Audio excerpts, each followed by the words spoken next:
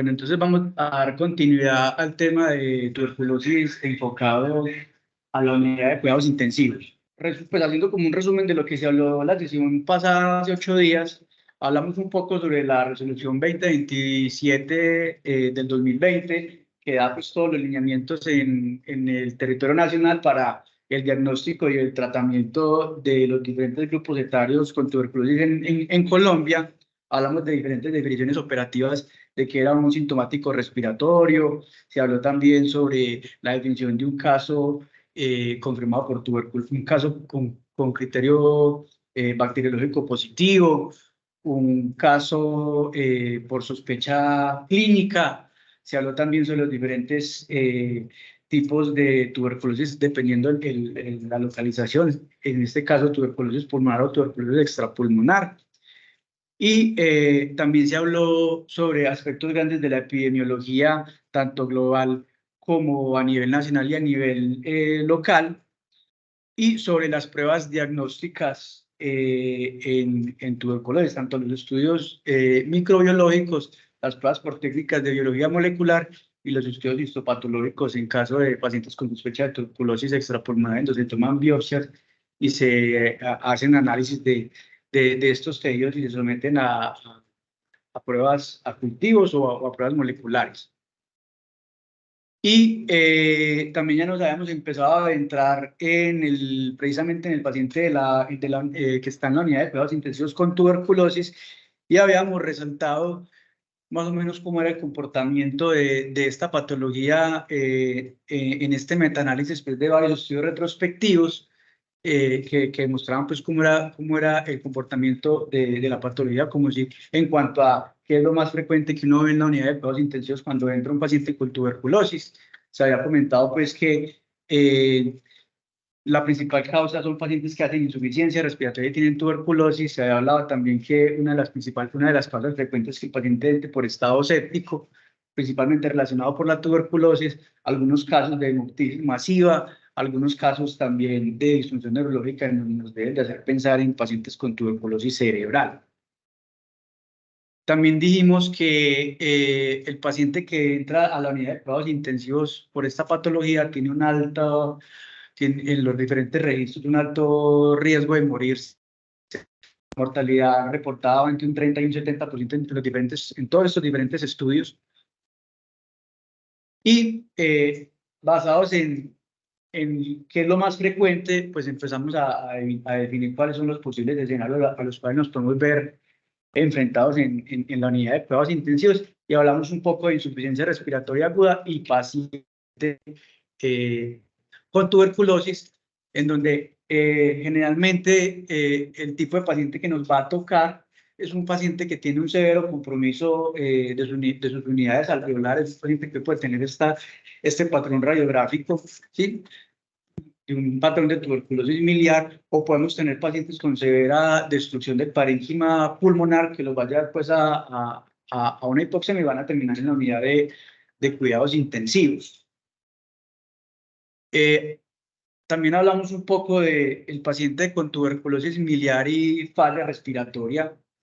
Generalmente estos pacientes tienen una evolución crónica o subaguda del patrón de la enfermedad, pero también se habló de que habían pacientes que tenían un curso más agudo, un curso más fulminante, y eran pacientes que en los diferentes reportes de casos, pacientes con tuberculosis entraban a la UCI por insuficiencia respiratoria o una evolución muy acelerada y entraban dentro del grupo de los pacientes que terminaban haciendo SRA relacionada por tuberculosis. Entonces, en este caso, de un reporte de la literatura, un paciente que ingresó con esta radiografía, por decir hoy, y al día siguiente tenía un patrón mucho más comprometido a nivel radiográfico, estaba más hipoxémico y ya estaba intubado. Lo mismo pues en este otro caso de un paciente similar que ingresó pues no con tanto compromiso a nivel radiográfico, pero al día siguiente estaba más comprometido. Y eran pacientes que cumplían la definición de síndrome de estrés respiratorio agudo relacionado con tuberculosis diseminada o tuberculosis miliar. En los diferentes registros se ha visto que a estos pacientes les va muy mal en cuanto a mortalidad. cualquier paciente con tuberculosis que requiera ventilación mecánica en general, tanto los estudios retrospectivos que vimos en el metaanálisis previo como en este, sí, más o menos la mortalidad a 30 días es muy elevada, el 60% en esta curva pues de Kaplan-Meier. Y en otros reportes, la literatura es muy consistente en definir que el paciente que hace tuberculosis miliar y está en falla ventilatoria, pues una mortalidad también del 60%. En este otro estudio también miramos pacientes que no tenían tuberculosis miliar, pero que hacían insuficiencia respiratoria, mortalidades también muy elevadas. Bueno, en cuanto a la sepsis, también se habló de que estos pacientes pueden presentar choque séptico y no precisamente por las bacterias que generalmente vemos allá, por gram positivos o gram negativos o por hongos, sino por la misma micobacteremia. Y hay estudios o hay reportes de casos en pacientes con tuberculosis inestables que les ponen catéter de arteria pulmonar y han visto que estos pacientes tienen un buen gasto cardíaco, pero tienen resistencias vasculares caídas o sistémicas y han tenido pues una consistencia con hallazgos microbiológicos de micobacterias en sangre. Y este es uno de los, quizás de los registros más grandes publicados en CHEST de choque séptico y tuberculosis, con un registro muy grande de casi 9.000 pacientes en general, y esos lograban detectar 53 pacientes con choque séptico, principalmente explicados solamente por Mycobacterium tuberculosis. Y en resumen, que logró mostrar este trabajo, que hacer micobacteremia o tener sepsis, los pacientes se mueren más, un 80% de mortalidad, comparándolo con los pacientes que hacen choque séptico por otras etiologías o por bacterias que usualmente vemos o que más frecuente vemos en la práctica era con mortalidad hasta el 50%, con una diferencia estadísticamente significativa. Es mucho más letal un choque séptico en estos pacientes. Y también resaltar que quizás en lo que mostró este trabajo es que si uno le pone el antituberculoso más rápido a un paciente, igual que como lo hacen con un paciente de sepsis en general, los pacientes, si uno lo hace en las primeras 24 horas, la tendencia es que los pacientes se mueran menos a que si usted se retrasa más en ponerle el antituberculoso. Y eso pues también se ve en los otros tipos pues, de shock séptico. También habíamos hablado de que es poco frecuente, pero los pacientes con tuberculosis pulmonar pueden tener fenómenos de hemoptisis masiva. Habíamos hablado también que no es una cosa frecuente, pero sí es una complicación muy letal en este tipo de personas. Nos habíamos centrado en que hay dos tipos principalmente: el paciente que está inestable, que casi que ese paciente, pues la mortalidad está asegurada, y pues si logramos hacer algo por el paciente, pues esto es como la propuesta en este algoritmo, en donde usted pues debe garantizar, debe asegurar la vía aérea, debe hacer la reanimación hemostática y tratar de llamar rápido al broncoscopista o al radiólogo intervencionista o al cirujano para que nos ayuden al control del sangrado. Y en el paciente más estable, el papel que tiene la tomografía multidetector es supremamente relevante, porque si el paciente nos da tiempo, una TAC contrastada le puede decir a uno dónde puede estar la localización del sangrado, y esto orientar al broncoscopista a ver si es capaz de hacer un control dirigido por broncoscopia, o si por el contrario no alcanza, no es susceptible de controlar el sangrado por esa vía, y requerirá probablemente manejo por radiología intervencionista. Entonces, orienta mucho y le ayuda mucho al intervencionista para tratar de ayudarnos a controlar el sangrado. Y también habíamos hablado que el papel de la radiología intervencionista o de la embolización selectiva en estos pacientes, como lo muestra este registro de 140 pacientes ya un poco más, pues un poco viejo, encontró tasas de efectividad hasta un 72% de control en la primera embolización en estos pacientes. O sea que es una terapia que puede tener un gran impacto, como lo muestra pues este registro de pacientes precisamente con tuberculosis y que hicieron hemoptisis masiva. Entonces habíamos llegado hasta acá, pues así como a modo de resumen, y vamos a empezar a ver que también otra causa por la cual un paciente puede ingresar a la unidad de cuidados intensivos son formas graves de la tuberculosis extrapulmonar, principalmente la tuberculosis del sistema nervioso central. Digamos que hay 4 formas de presentación. Tenemos las dos más relevantes, es la tuberculosis, la meningitis por tuberculosis, propiamente los tuberculomas, y ya pues menos frecuente la tuberculosis espinal y la mielitis transversa. De todas formas, esto no es, digamos que no es una, dentro de las complicaciones, dentro de las presentaciones de la tuberculosis, apenas se ha reportado que hasta un 3% de todos los pacientes pueden llegar a tener tuberculosis que afecte el sistema nervioso central, pero que sí se ha visto que cuando un paciente de estos tiene una afectación a nivel del sistema nervioso central, pues la mortalidad es bastante alta, y los que más se mueren son las personas que tienen VIH con mortalidades reportadas hasta un 70%, y de hecho uno de los principales factores para que una persona con tuberculosis haga compromiso del sistema nervioso central es que tenga VIH. Si logra sobrevivir, las secuelas que se han reportado, que pueden ser deleterias o catastróficas, son hasta en un 30% de los sobrevivientes.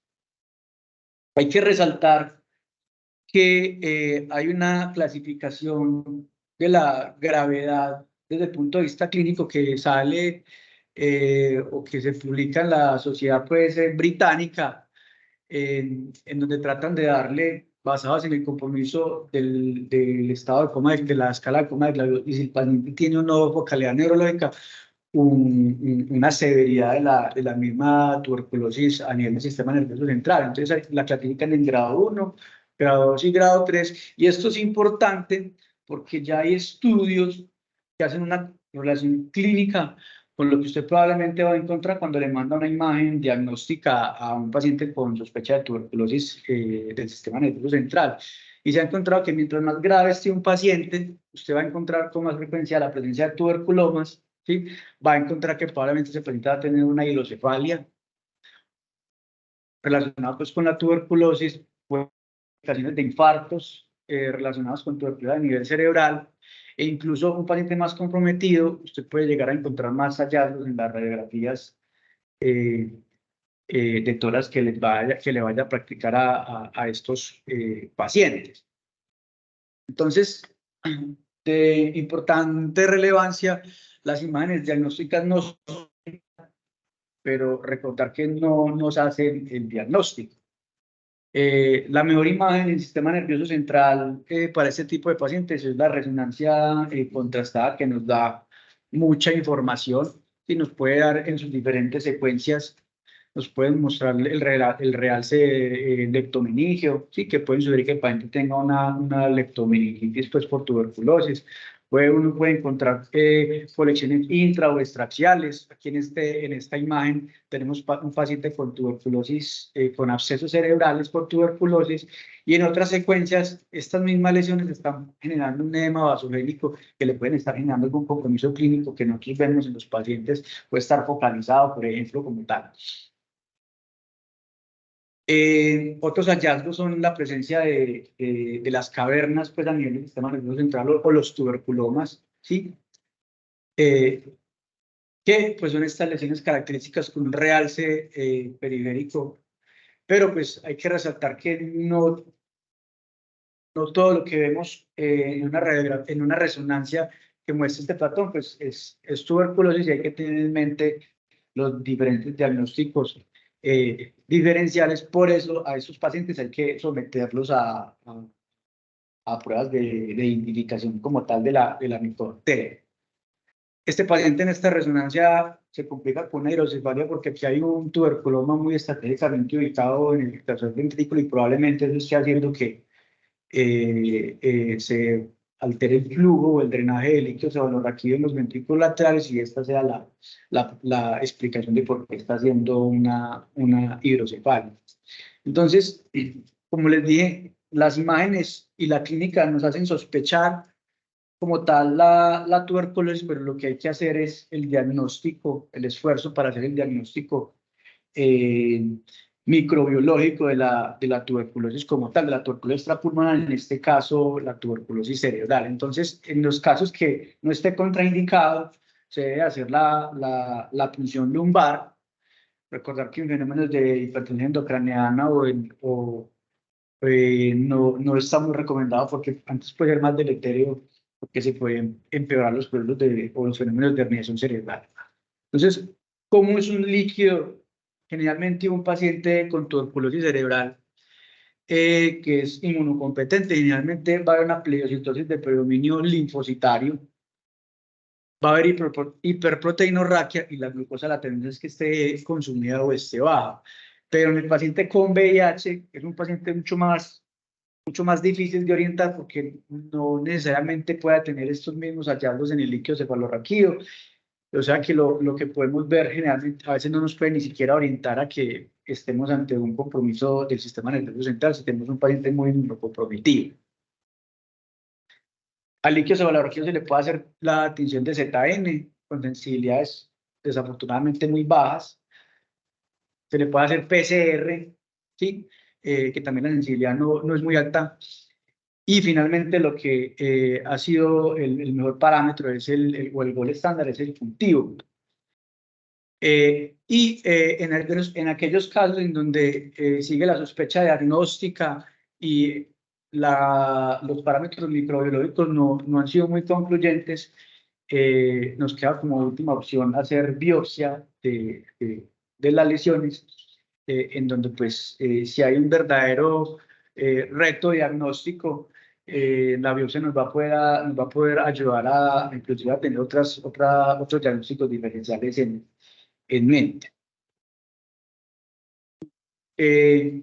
Eso en cuanto a grandes rasgos de tuberculosis del sistema nervioso central. Son muchas más las causas que motivan el ingreso a la unidad de cuidados intensivos de estos pacientes, simplemente para mencionarlas porque no nos daría el tiempo, pero un paciente puede entrar por una efusión pericárdica masiva, un paciente puede entrar porque hace insuficiencia hepática por los mismos medicamentos antituberculosos, pueden ingresar por falla renal, en donde la rifampicina tiene un papel acá muy relevante en inducir neurotoxicidad, o inclusive pacientes pueden ingresar por compromisos de la vía aérea porque tenga una tuberculosis a nivel laringio o un absceso retrofaringio que lo esté comprometiendo y que eso ya pues alguno de los motivos por los cuales un paciente ingresa a la unidad de cuidados intensivos. Pero hasta aquí pues como lo más relevante en la epidemiología de los casos más frecuentes que desde que motivan el ingreso de estos pacientes a la unidad de cuidados intensivos. Porque ya lo que me voy a meter aquí es enfocarnos al tratamiento, pues da como un marco general de cómo puede ser el tratamiento específico pues, en este tipo de paciente en la unidad de cuidados intensivos. Hagamos mención a otras cosas que a mí me parece importante.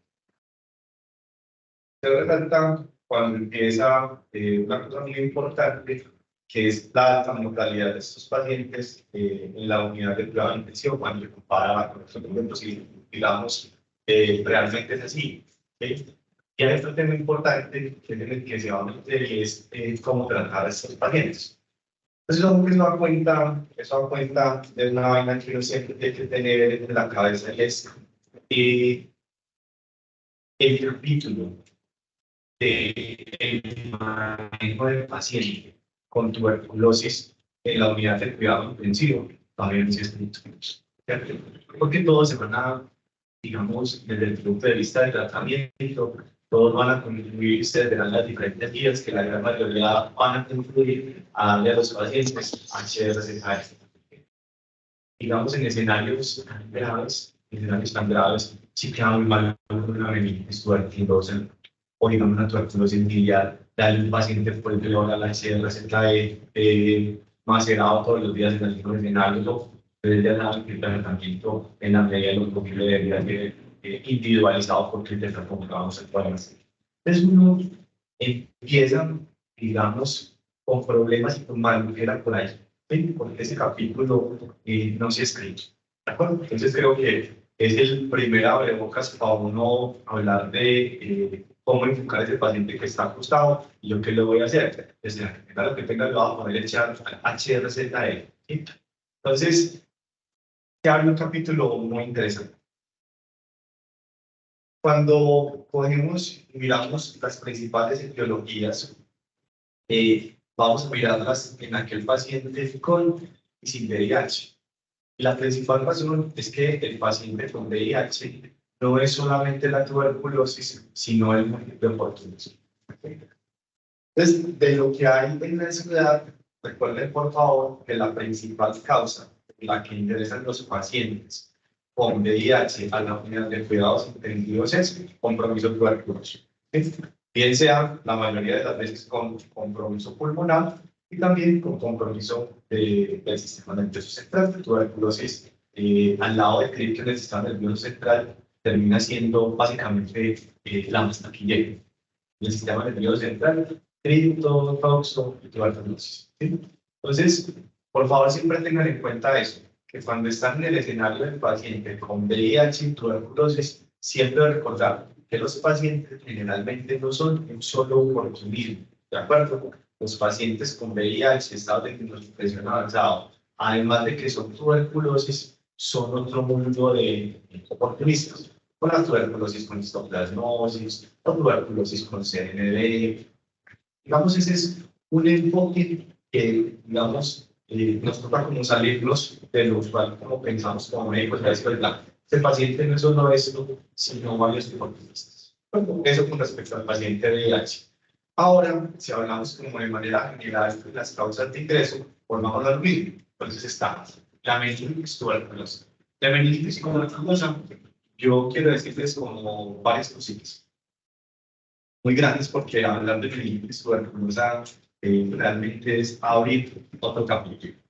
De meningitis tuberculosa, lo primero que les quiero decir es, oiga, si uno empieza a tener muchos casos de meningitis tuberculosa en su comunidad, lo primero que hay que pensar es en qué, que hay dificultades en la vacunación desde que la gente es chiquitita. ¿De acuerdo? Digamos, eso es lo que uno tiene que pensar, y por eso es que el diagnóstico de meningitis tuberculosa evidentemente del paciente adulto en la comunidad, de lo que habla y lo que dice es inmediatamente en la epidemiología, cómo están los niveles de vacunación. Bueno, y ahí pasa uno por el diagnóstico, y hacer el diagnóstico de meningitis tuberculosa es un poquito complejo.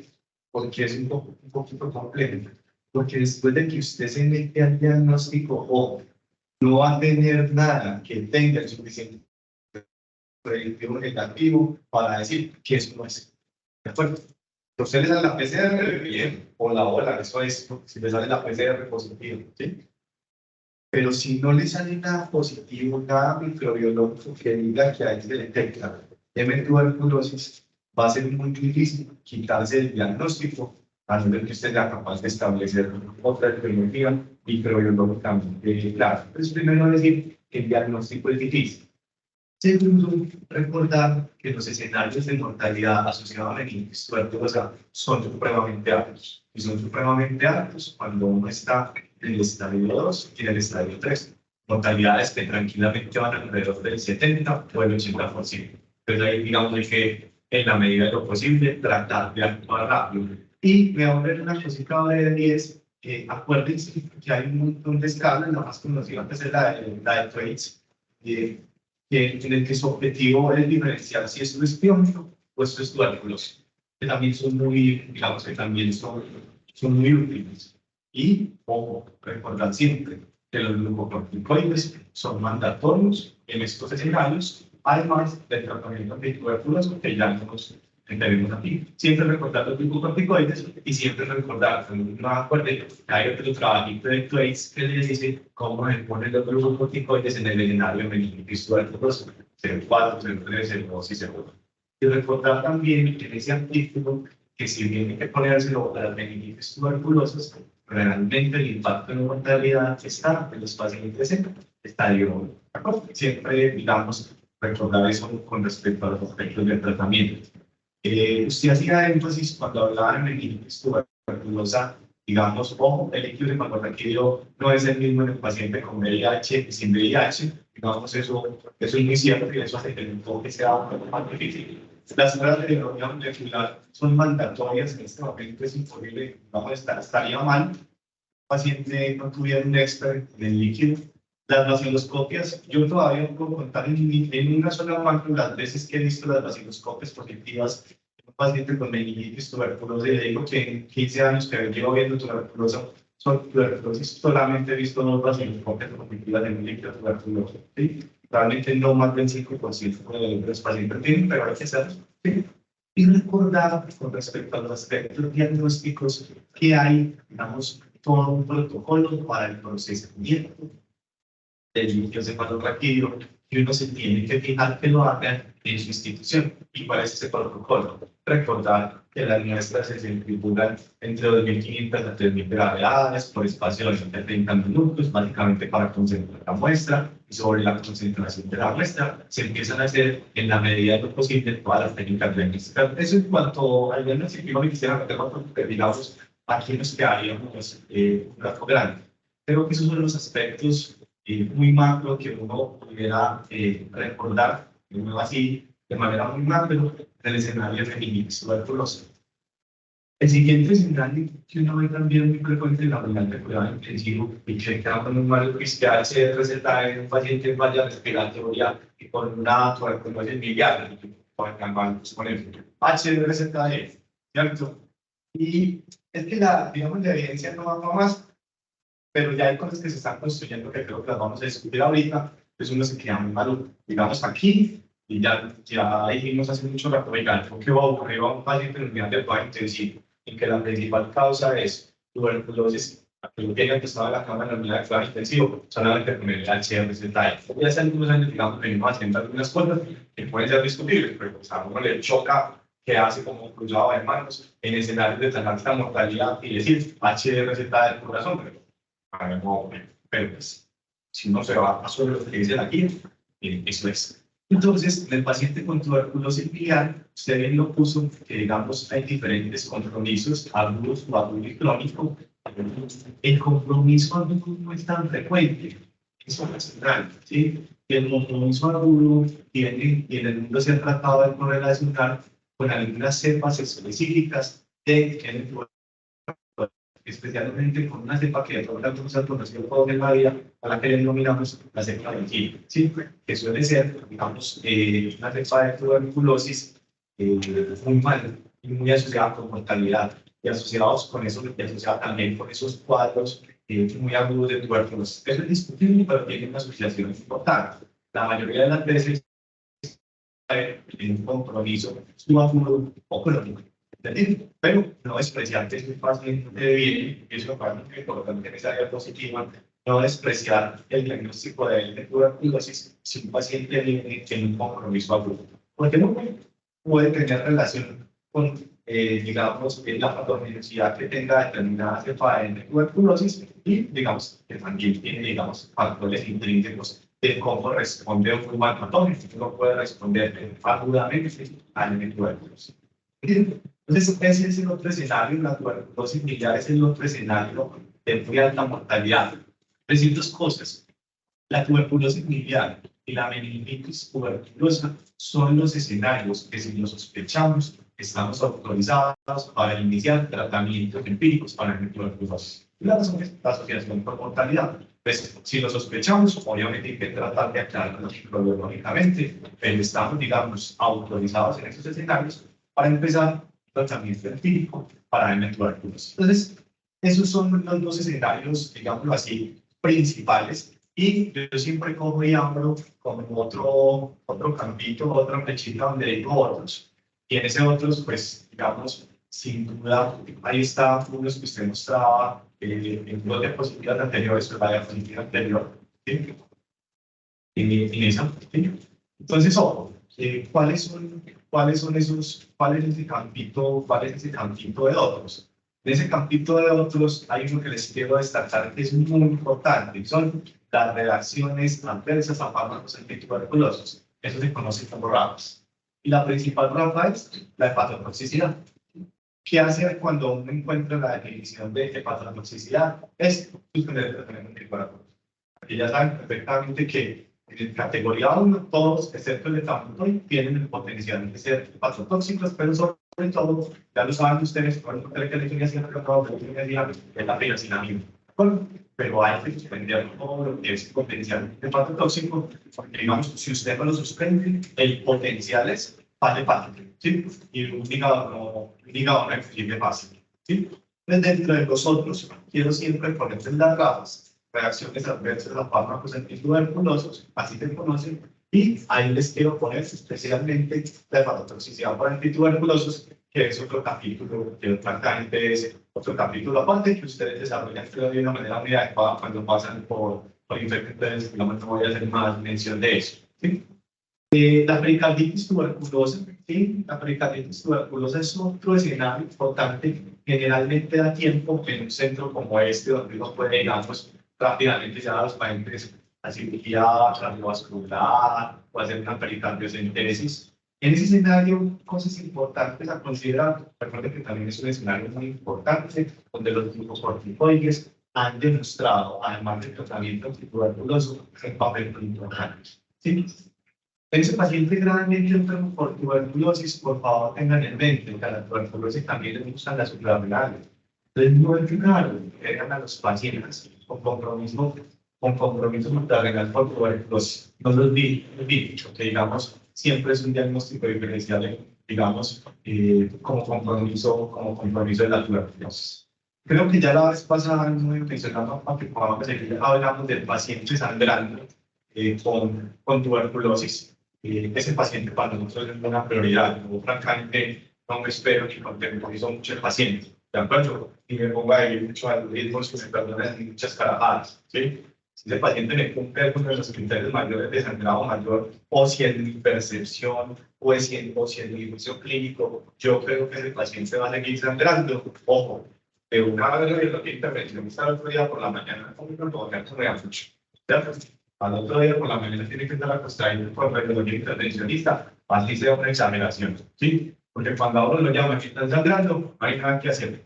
Yo realmente no conozco muchos trabajos del control del sangrado por fibra, no los conozco, claro, ¿sí? Me va interesante mirarlos, ¿sí? Pero el abordaje hasta donde se pueda es radiología intervencionista, y si el radiología hay que llamar a la cirugía de toras, digamos, rápidamente. Ese es, digamos, ese es otro escenario importante. Y de manera general creo que ahí están, digamos, los tres más importantes, puede que nos escape alguno, pero creo que ahí hicimos como un pasaje muy a modo general, por lo que puede ser la tuberculosis, cada cosita, cada pestañita que uno va a ver de estas que hablamos, es una semana, pero es importante, digamos, tenerlo en la cabeza de esa manera. No sé si tienes alguna pregunta hasta ahí, o si quisiera que discutiéramos algo en especial hasta ahí. Ya, pues Carlos se va a entrar en tratamiento, pero no sé si hasta ahí alguno tiene alguna pregunta o algo que decir, algo que agregar. Bueno, entonces en cuanto al tratamiento de la enfermedad tuberculosa activa, pues no vamos a hablar de los mecanismos de acción de cada fármaco, pues ese es un otro capítulo aparte, pero hay que decir que lo que sí se ha demostrado es que la efectividad, la mayor efectividad se ha visto es en pacientes en población no crítica, ¿cierto? Con reportes de hasta un 95% de efectividad en cura en pacientes con tuberculosis sensible.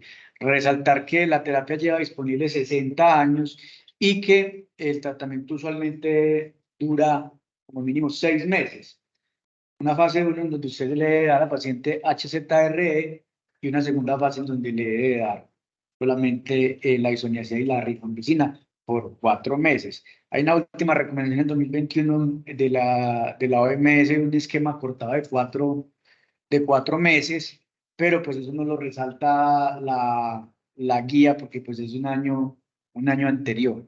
Por ahora, y en lo que estamos ahorita con los tratamientos de 4 meses, es que probablemente aplique para adultos. Hay cosas que vienen, ¿de acuerdo? Pero programáticamente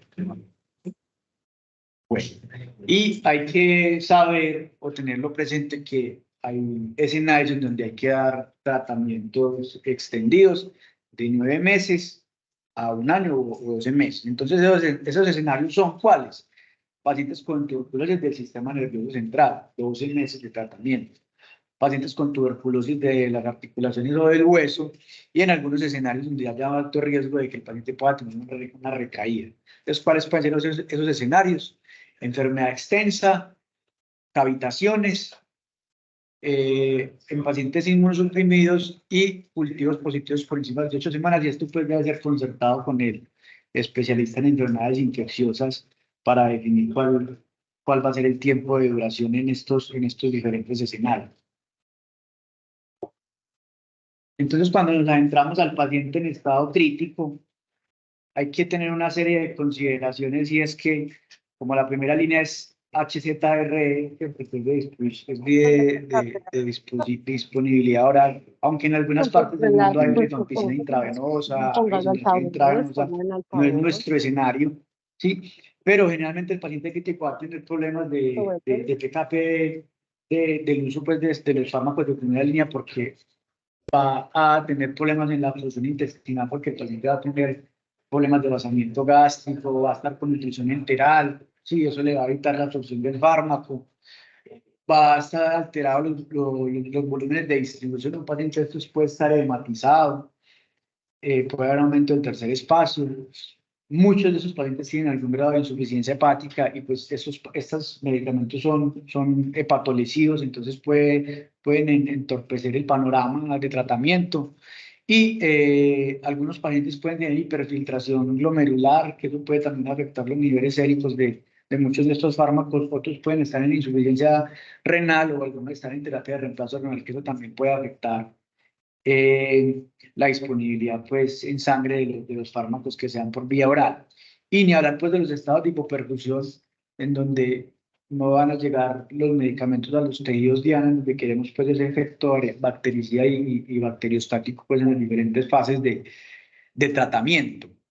Entonces, ¿qué se ha estudiado de esta parte del comportamiento farmacocinético en cuidado intensivo de algunos de esos pacientes? Pues los estudios son muy escasos. Uno que encontré fue un estudio que se realizó con 10 pacientes, que se le quiso mirar por medio de cromatografía líquida cómo eran las concentraciones de los diferentes medicamentos de primera línea. Encontró que hasta un 30% de los pacientes logran alcanzar niveles terapéuticos del rifampicina, ¿sí? Y este pues es un medicamento clave en los estadios iniciales pues del manejo de la tuberculosis en estos pacientes. Entonces, ¿qué se ha propuesto, o lo que nos ha comentado el doctor? Otras alternativas como para garantizar que el tratamiento sea efectivo y tenga algún impacto en el desenlace de la patología crítica, y es mirar un poco sobre las alternativas que se pueden poner por vía intravenosa. Entonces, como tal, un capítulo en el paciente crítico no se ha escrito, en las guías de la OMS no se menciona, pero hay trabajos ya publicados que pues no son muy sólidos desde el punto de vista de metodología científica, pero son estudios retrospectivos que han mostrado algunos beneficios de uso de fármacos intravenosos en estos escenarios de pacientes con tuberculosis en la UCI. Y pues solamente para resaltarles algunas publicaciones. En esta publicación, que fue del año 2012, fue un estudio retrospectivo en donde pacientes que tenían tuberculosis y que simulaban tener una neumonía severa, se les puso fluoroquinolonas, y a otros se les puso otro tipo de antibióticos. Y lo que hicieron fue mirar cuál era la mortalidad a 100 días de seguimiento de este tipo de pacientes. Pues no vamos a profundizar en esa tabla, pero sí les quiero mostrar que en las curvas de supervivencia hubo una tendencia que los pacientes con fluoroquinolonas y tuberculosis sobrevivieran más al final del seguimiento, comparado con otras estrategias antibióticas, con una diferencia estadísticamente significativa. Entonces, esto pues es un estudio retrospectivo con fluoroquinolonas. En Brasil se hizo también otro estudio de un buen número de pacientes, también fue un estudio solamente en un solo centro retrospectivo, de comparar la terapia oral versus la terapia intravenosa. Entonces, este fue el número de pacientes en total, 462. 285 se les dio HZRE y 178 se les dio una pronoquinolona más etambutol oral y más una streptomicina intramuscular o una mitacina intravenosa sin rifampicina o sin SIDA, ¿sí? Lastimosamente en el desenlace... No quisiera empezar en el estudio, ¿no? Sí, lastimosamente termina mostrando el trabajo que hay más aumento de la mortalidad en la terapia intravenosa que los pacientes que se trataron con la terapia oral, con una diferencia estadísticamente significativa. ¿Sí? Se me muy mal. Muy mala. Hay trabajos ya pues con estudios controlados, ya pero con rifampicina intravenosa y quinolonas en pacientes con meningitis, en donde se comparó la administración intravenosa versus la administración oral. Este estudio se publicó en el 2013 en Lancet, creo que fue, en Lancet, y en el seguimiento de los pacientes encontraban que se morían menos de los que se les colocaba alta dosis de rifampicina más quinolonas comparado con el tratamiento estándar. Lograron ver una diferencia estadísticamente significativa en mortalidad. Pero 3 años después sale un estudio más grande en New England, mirando lo mismo, y en el seguimiento de los pacientes encontraron que no hubo una diferencia entre la terapia intravenosa y la terapia oral, ¿sí? Entonces, hay mucha controversia, mucha discrepancia, pues el tratamiento viene siendo muy controversial en esos pacientes en escenarios pues críticos. Y pues la última palabra o la última recomendación pues no se ha dado, y en esto pues sí hay que mejorar en aspectos pues de investigación para ofrecer lo mejor a los pacientes que ingresan a la unidad de cuidados intensivos y que tienen alto riesgo de mortalidad. Mencionar también lo que dijo el doctor, estos pacientes, estas terapias, y principalmente las de primera línea, son hepatotóxicas, entonces hay que tener mucho en cuenta en el paciente en estado crítico, y también son algunas de ellas, principalmente la rifampicina, puede ser nefrotóxica, y esto también nos puede generar digamos que problemas a la hora de tratar a estos pacientes. Siempre de la mano del tratamiento de la estrategia farmacológica debe estar uno acompañado por el experto en enfermedades infecciosas, porque los casos deben de ser individualizados, porque hay pacientes que sí o sí va a tocar que modificar la terapia porque o van a estar haciendo hepatotoxicidad o van a estar haciendo falla renal, y hay que tener en mente otras estrategias de segunda línea.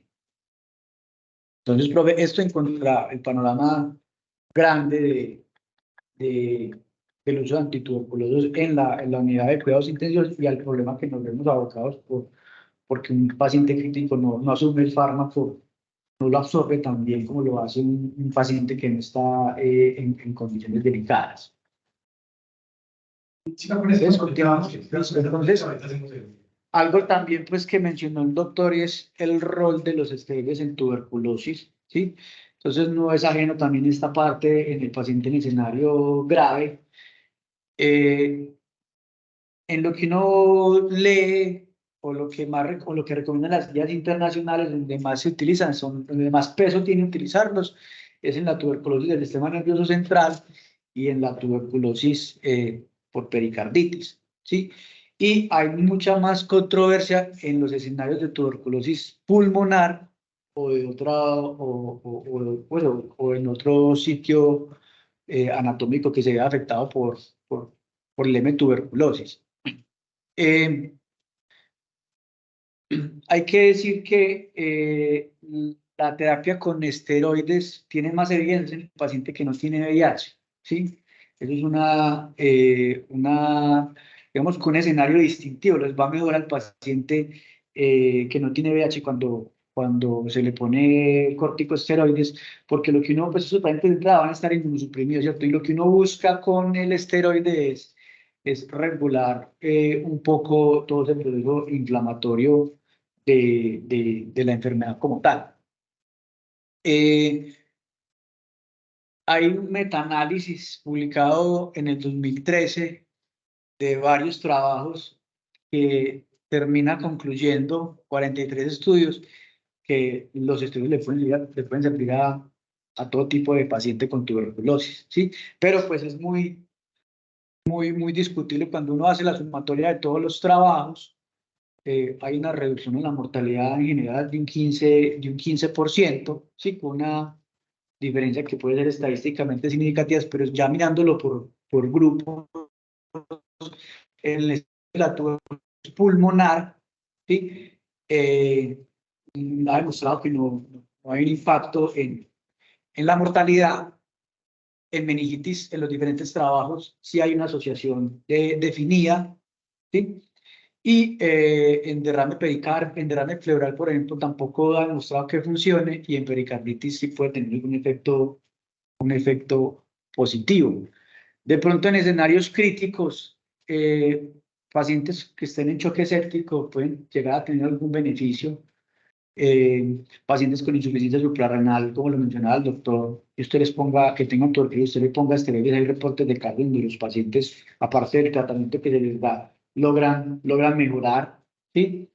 Inclusive hay casos en donde la rifampicina se ha reportado que genera casos de hipocortisolismo, y eso, si usted lo suplementa con esteroides, el paciente puede tener un mejor impacto. Entonces, lo que mencionan principalmente las guías, o las que apoyan el uso de los esteroides, son principalmente en escenarios que afecten el sistema nervioso central o que afecte el pericardio. Y en el pericardio, el principal beneficio es porque va a disminuir la recurrencia de que el paciente vuelva y haga un derrame pericárdico que lo logre comprometer desde el punto de vista hemodinámico. Esto ya va haciéndolo algo pues del final, pero es muy importante resaltar. Esto pues podríamos hacer un seminario entero, y es las consideraciones del paciente que tiene tuberculosis pues, y que está en estado crítico y que en este escenario tiene VIH. Se sabe pues que el paciente que está con terapia antirretroviral y se le diagnostica, está tomando la terapia antirretroviral y se le diagnostica con tuberculosis, debe seguir la terapia, ¿sí?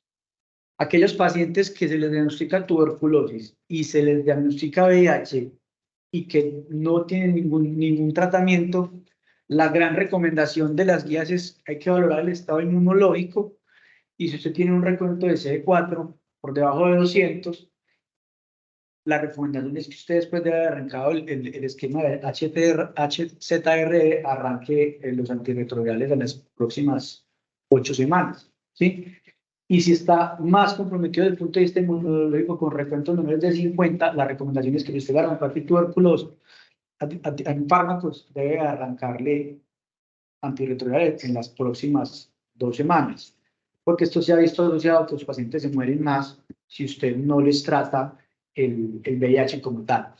Y los de meningitis, sí ha habido una asociación con aumento en la mortalidad cuando usted le arranca el antituberculoso y le arranca rápido la terapia antirretroviral. La recomendación también es que debe esperarse como mínimo 8 semanas para iniciar la terapia antirretroviral.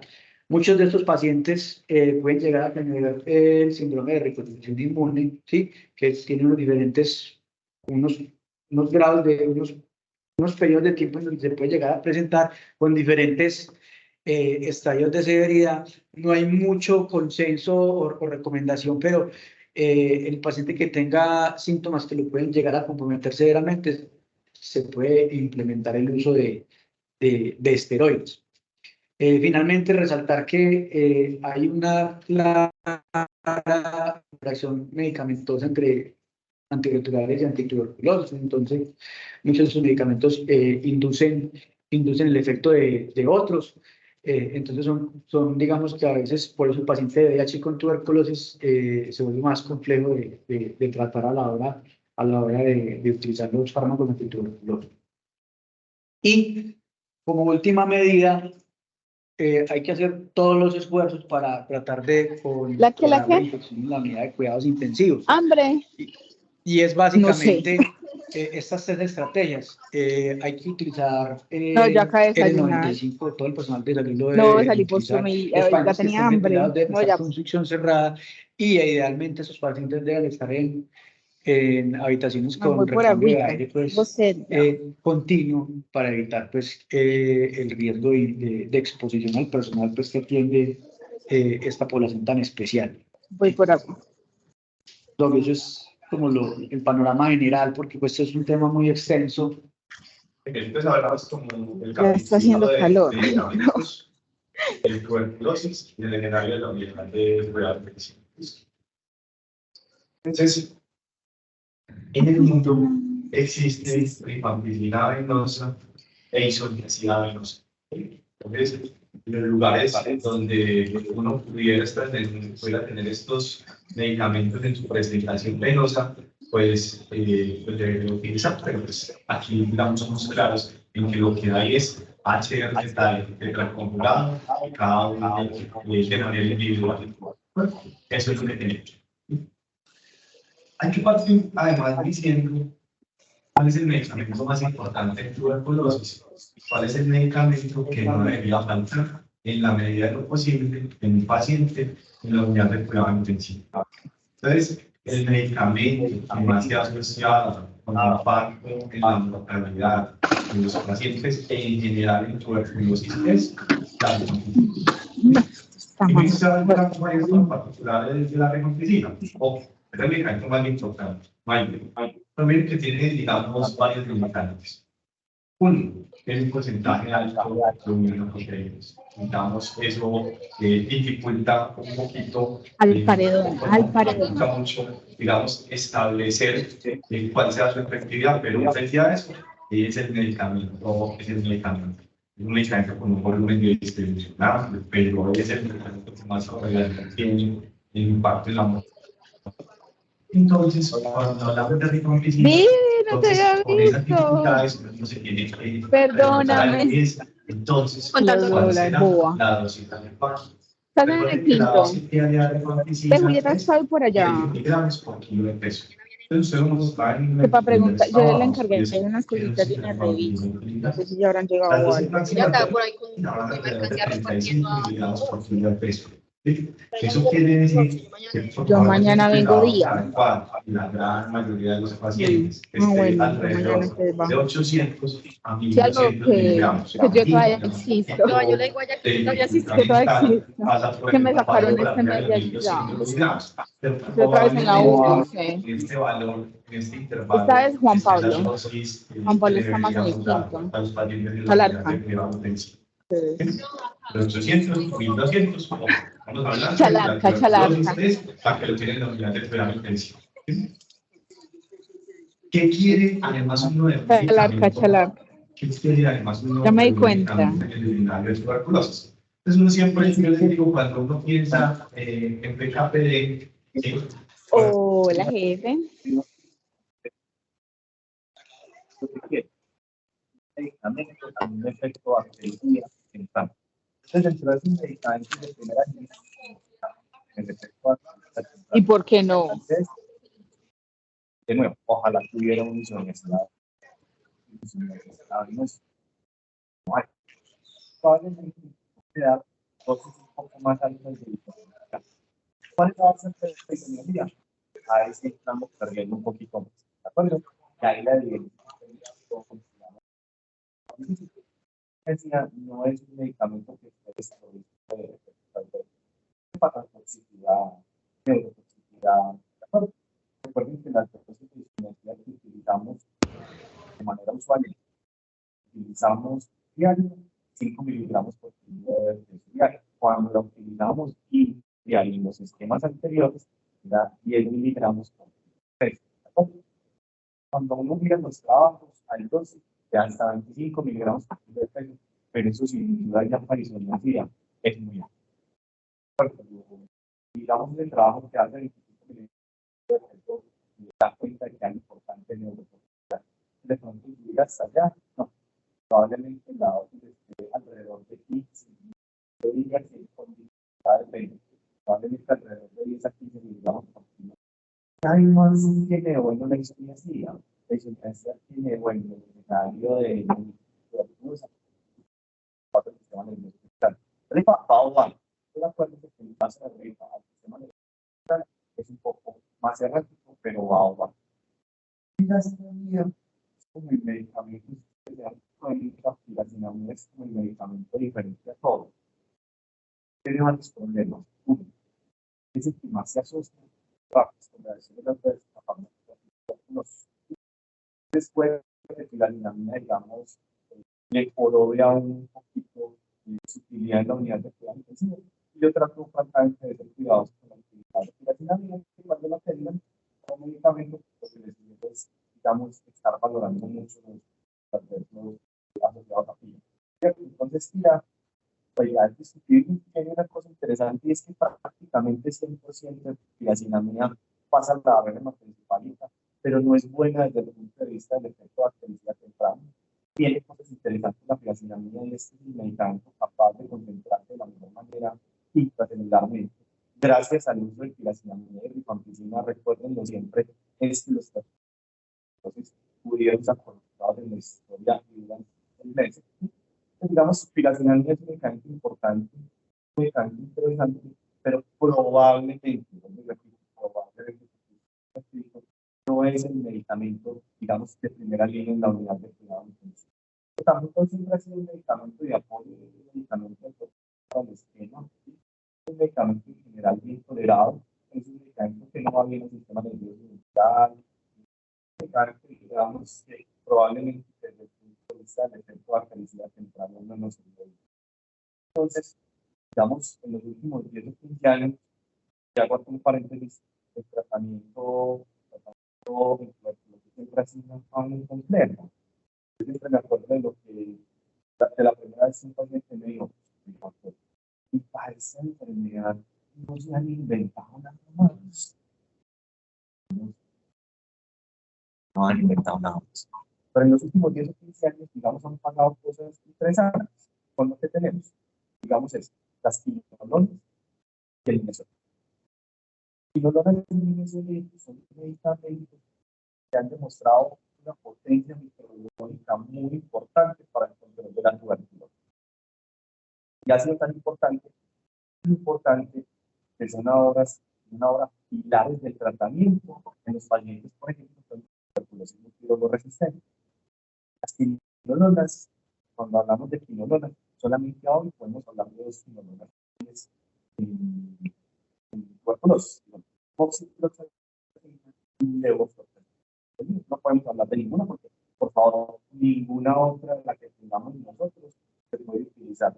La tifloxamina pudiera ser, pero acuérdense que la tifloxamina no es en el mercado, la tifloxamina desapareció por el tema de la clorofila. Muy buena contra el tuberculosis, por eso desapareció, no lo utiliza. Entonces, es moxifloreo, más preferencia por moxi, por aspectos sobre todo de papel. Entonces, ustedes digan, en el paciente, en la unidad de cuidado intensivo, yo francamente creo que mis compañeros también ya hay unos de la no, qué pena, porque bueno, podría hablar de intensivista, no estamos aquí ese paciente, está como malo, entendiendo que es un escenario familiar. El moxifloxacina es un medicamento que cada vez tiene un papel un poco más importante en esos pacientes a los que no les podemos dar HDRZE y uno de los escenarios es la unidad de cuidado. Ahora, ¿cuál es la dosis autorizada? También es difícil, pero probablemente se mueva entre 400 y 800 miligramos, recordando que Moxi tiene un efecto adverso que aunque es raro, pues hay que tenerlo en cuenta y es la cardiotoxicidad y la prolongación del QT que toca vigilar. Pues, por ejemplo, seguramente, digamos, la dosis va a estar entre 400 y 800. En el pulmón, moxifloxacina se concentra muy bien. ¿Entendido? Los valores, cuando uno analiza PKP, acuérdense que ese match link para las quinolonas, a moxifloxacina le damos bien, ya incluso un poco mejor que Alevo. Entonces yo pienso que cuando uno habla de PKP y algunas cosas, probablemente moxifloxacina sea el medicamento ideal para utilizar en la unidad de cuidado intensivo. ¿Entendido? Un efecto bactericida temprano supremamente importante.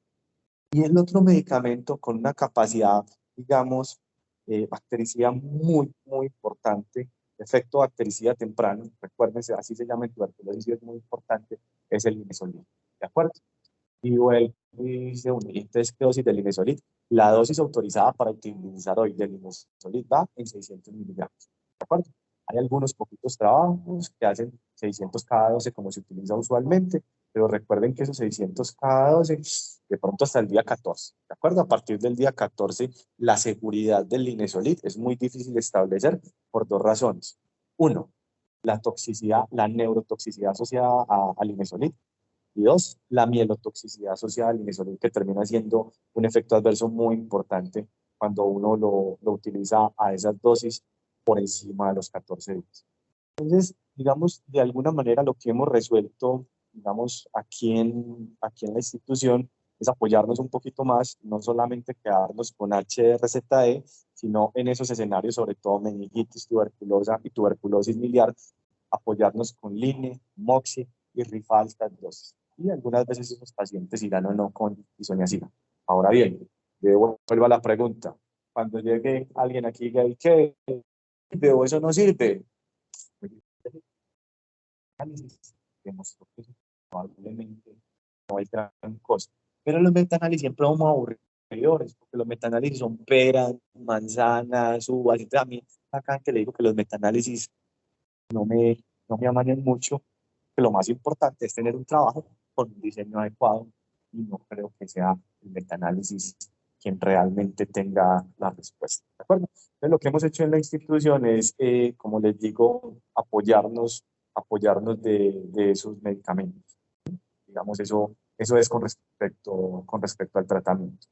Creo que el tema de glucocorticoides es otro tema aparte, pero es importante, digamos, reconocer que lo que bien dice Carlos, y es que donde más tenemos autorización para utilizarlos es en meningitis tuberculosa y en las pericarditis tuberculosas, y hay otro montón de escenarios donde es razonable, donde puede ser discutible. La obstrucción laríngea por tuberculosis, insuficiencia suprarrenal por tuberculosis, la falla respiratoria aguda por tuberculosis, uno pudiera considerarlo, pero ahí sí que es más discutible, entre otros, ¿de acuerdo? Pero bien autorizados en esos dos y en los otros escenarios son muy discutibles. Y otro tema importante es el paciente en coinfección con VIH, tuberculosis en coinfección con VIH. Y aquí a mí me gusta aquí siempre acordarme de tres cosas que uno tiene que tener en cuenta y las tres cosas que impactan la mortalidad en el paciente en coinfección con VIH. Y siempre se las digo, digamos, son los principios básicos del tratamiento y es, oiga, tratamiento del oportunista, ¿de acuerdo? Siempre téngalo en cuenta, tratamiento del oportunista. Dos, la profilaxis. El trimetopin es supremamente importante en los pacientes, ¿sí? La gente que no le puede dar trimetopin va perdiendo el año, ¿de acuerdo? Y hay que tratar de sensibilizar. Cuñita ahí, nosotros con alergología aquí nos va súper bien con la sensibilización del trimetopin, ¿sí? Nosotros ni nos preocupamos de eso. Reacción adversa al trimetopin, llamamos a alergología y generalmente nos va muy bien. El grupo de alergología que es muy juicioso en eso, si en algún momento no puede. Segundo, dosis de trimetopin. Y tercero, el inicio oportuno del tratamiento antirretroviral. Entonces, el tratamiento, digamos, es fácil decirlo, ¿sí? Pero en la unidad de cuidado intensivo es difícil empezar un tratamiento antirretroviral. Ojo, uno lo debe hacer. ¿Cuándo? En el momento adecuado. Cuando hablamos de tuberculosis, hay un montón de trabajos, que eso es como abrir otro capítulo y decir en qué momento, ¿sí? Pero digamos, ese montón de trabajos da cuenta de que el inicio oportuno impacta la mortalidad de una manera muy importante.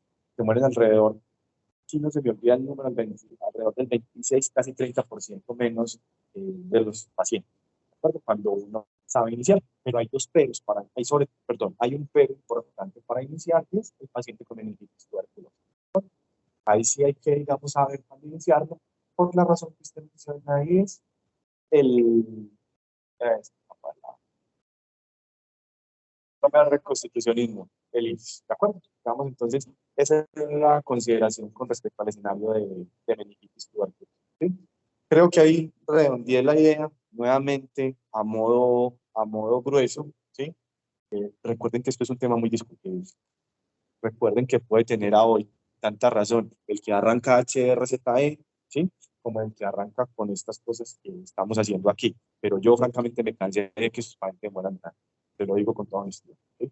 Entonces yo creo que uno tiene que buscar qué más cosas hacer, pegarse de lo que dice la literatura, pegarse de aspectos que KPD, y eso es, hay una parte de lo que es y de lo que pensamos como grupo y de lo que estamos haciendo, que puede ser muy reprochable, no lo pueden discutir en cualquier otro lado.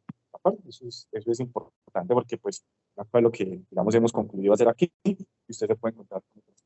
Entonces, esa es otra forma de acá, hablar como de lo que además está escrito, ¿cierto? ¿Sí? Entonces, mi sugerencia es, entonces, piracinamida, sin duda, como lo dijimos ahorita, es un medicamento muy importante, pero cuando uno va y mira las diferentes series, es el medicamento que más se asocia con reacciones adversas a fármacos antituberculosos, ¿sí? Primero, como hepatotoxicidad. Segundo, como hipersensibilidad y reacciones adversas cutáneas graves. Y tercero, con un compromiso que suele jorobar mucho a los pacientes, artralgias, mialgias. Esos son los tres principales efectos, digamos, efectos adversos. Fíjate, yo hoy no soy capaz de decir que piracinamida no va, ¿cierto? No soy capaz de decirlo, pero creo que es prudente ser, valga la redundancia, cuidadoso en el paciente en el que va, ¿sí? Mi sugerencia es, no cambies los valores umbrales, sobre todo de ALT, no los cambies, sigue conservando 3 y 5 para suspender el tratamiento antituberculoso. ¿Por qué? Porque el desenlace de esto es muy grave. El desenlace de esto es a un único muerte, ¿sí? Ese es el desenlace. Entonces, como el desenlace es tan grave, el nivel de tolerancia que uno tiene que tener para suspenderlo, mi sugerencia es no lo cambies. El otro tema que es muy importante y que se correlaciona con mal pronóstico es bilirrubinas totales con más de 2, 2,5, también es un factor de severidad muy importante para decir que ese paciente puede evolucionar a falla hepática. Entonces, pégate también de eso. Coincido contigo que en la UCI va a ser un poco más difícil porque está entubado, porque digamos no manifiesta lo usual del paciente en una sala de hospital.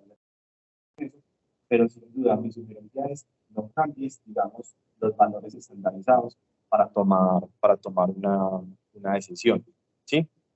Vuelvo y repito, yo no puedo decir que la piracinamida no vaya, pero me parece prudente y creo que no es el medicamento con el efecto que uno espera al inicio.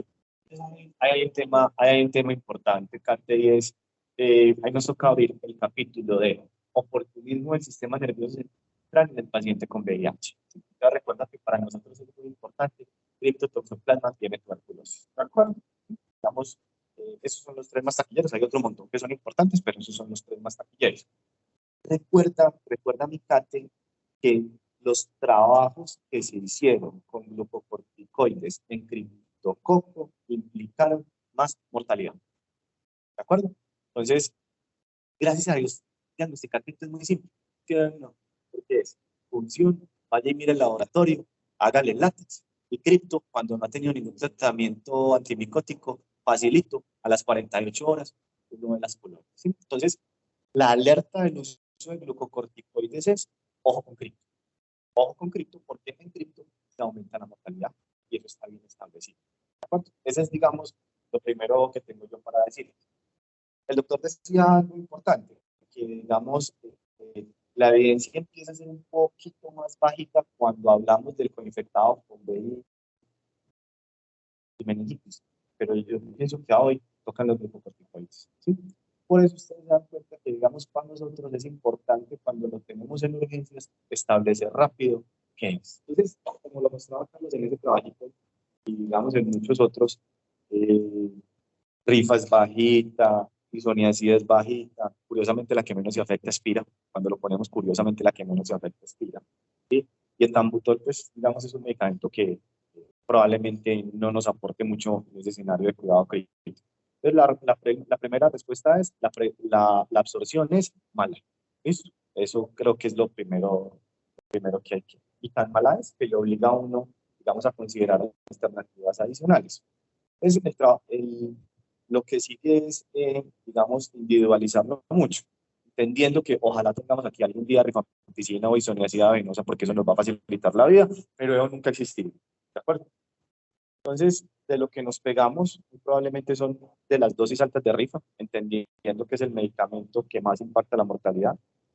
Y si vamos a utilizar algo venoso, siempre tener en cuenta dos medicamentos que son muy importantes, que son quinolona y linezolida.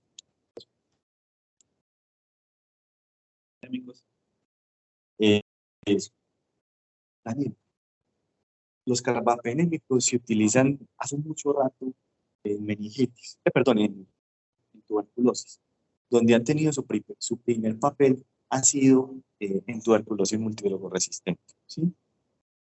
En su orden que se pueden utilizar son imipenem, meropenem, y hay unos poquitos trabajos con ertapenem, ¿sí? Pero imipenem, meropenem, los dos realmente están bien. A hoy su principal papel es en meningitis, perdón, en meningitis tuberculosa es importante, pero vuelvo y repito, principalmente en TBMDR, y no son medicamentos de primera línea en TBMDR, ¿entendido? Pero pueden ser útiles en esos escenarios de cuidado crítico, siempre teniendo, digamos, un aspecto muy importante, que en la medida de lo posible, por el mecanismo de acción, recuerden que hay que medir la beta-lactamasa, entonces generalmente lo damos con amoxiclavulonato, ¿de acuerdo? ¿Sí? A mí me parece increíble, cuando uno se pone a revisar, Daniel, digamos, qué tan importante es meropenem con clavulanato en el manejo de la tuberculosis MDR, que digamos es de ahí donde sale su mayor evidencia. Usted se pone a revisar, entonces empieza a revisar por ahí del 2, ¿sí o no? En el 2002, Nervian Panel. En el 2006, en el 2007, empezó como a servir ahorita, un poquito más. Y ahorita, en el último metaanálisis, que vuelvo y le repito la maluquera de los metaanálisis, aparece ser como un medicamento más útil. ¿De acuerdo? ¿Sí? Y es un medicamento, entonces, que cuando lo ponemos en cuidado crítico, pudiera ser una alternativa en los escenarios de meningitis tuberculosa, y es una alternativa que hay que individualizar. ¿Sí? Eso es lo que le puedo decir. Paciente intubado, ya, digamos, ya nos quedó claro que la vía oral, pues, no se puede dar, y por sonda tocar los medicamentos por separado y tiene muy mala disponibilidad.